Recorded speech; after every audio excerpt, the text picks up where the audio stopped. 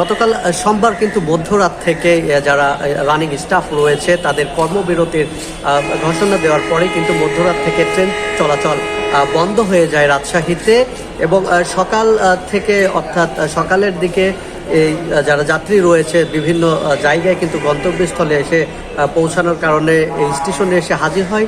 যখনই শুনে যে ট্রেন চলাচল বন্ধ রয়েছে সেই সকাল 7টা থেকে 8টা পর্যন্ত কিন্তু তারা টানা 1 ঘন্টা কিন্তু বিক্ষোভ করতে থাকে এবং বিক্ষোভের সাথে সাথে কিন্তু হামলা চালানোর ঘটনাও ঘটে টিটি রয়েছে টিটিদের কক্ষে এবং এরপরেই কিন্তু অবস্থা আর কি অস্বাভাবিক হতে শুরু করে। পরবর্তীতে সেনাবাহিনী এসে কিন্তু পরিস্থিতি নিয়ন্ত্রণ করে। আমরা একটু দেখাতে চাই যে রাজশাহী থেকে যেসব ট্রেন কিন্তু ছেড়ে যাওয়ার কথা ছিল দেশের বিভিন্ন গন্তব্য স্থলে সেখানে কিন্তু আসলে ছেড়ে যেতে পারেনি।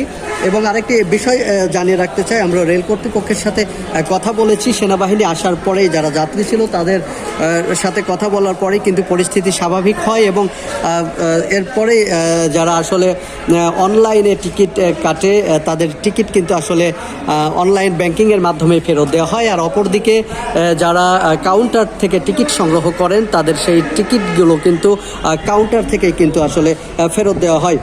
সকালের দিকে যে 1 ঘন্টা কিন্তু সেই হামলার চালানোর ঘটনায় যেসব চেয়ার ছিল যাত্রীদের জন্য সেসব চেয়ারও কিন্তু তারা ভাঙচুর করে। টিটিদের কক্ষের চেয়ার টেবিলও তারা ভাঙচুর করেন। অন্য কক্ষগুলো আর আসলে দরজাগুলোতে তালাবদ্ধ থাকার কারণেই কিন্তু সেই হামলা চালাতে পারেনি। সকাল 9টার দিকে রাজশাহী রেল স্টেশনের যিনি ব্যবস্থাপনা পরিচালক মঈনুদ্দিন আমাদের যেমনটি জানিয়েছেন যে তারা কাউন্টারে যারা টিকিট কেটেছিল তাদের কাউন্টার থেকে কিন্তু সেই টাকাটা ফেরত দেওয়া হয়।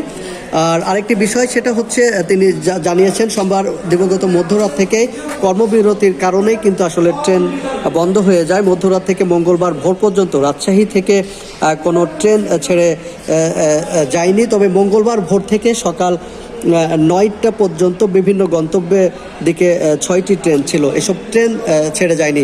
তবে সোমবার দিবাগত রাতে ঢাকা থেকে আসলে যাত্রা শুরু করা পদ্মা এক্সপ্রেস ট্রেন মঙ্গলবার ভোরের দিকে কিন্তু রাজশাহীতে এসে পৌঁছেছে।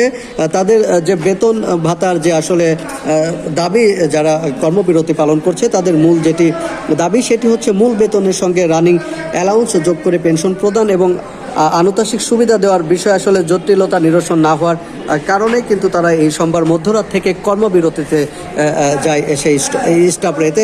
সারা দেশের সাথে কিন্তু ট্রেন চলাচল কিন্তু আসলে বন্ধ হয়ে যায়। তবে আমরা স্টাফদের সাথে আমরা কথা বলেছি, তারা যেমনটি আমাদের জানিয়েছে যে তাদের যে এই আন্দোলন আসলে কেন্দ্রীয় যে আন্দোলনের কর্মসূচি হিসেবেই কিন্তু তারা এই কর্মসূচি পালন করছে। তারা বলছে তাদের দাবি আদায় যতক্ষণ পর্যন্ত আসলে আদায় না হবে তারা কিন্তু তাদের এই কর্মসূচি চালিয়ে যাবে। কেন্দ্রীয় নির্দেশনা আসার পরে অর্থাৎ কেন্দ্রীয় যে কর্মসূচি সেটি যদি আসলে শিথিল করা হয় তাহলে তারা সরে দাঁড়াবেন। তো সব মিলে বলা যেতে পারে যে রাজশাহী রেল স্টেশনের যে অবস্থা সেটি এখন বর্তমানে স্বাভাবিক রয়েছে। তো এই ছিল আমার কাছে রাজশাহী থেকে রেল বন্ধের সর্বশেষ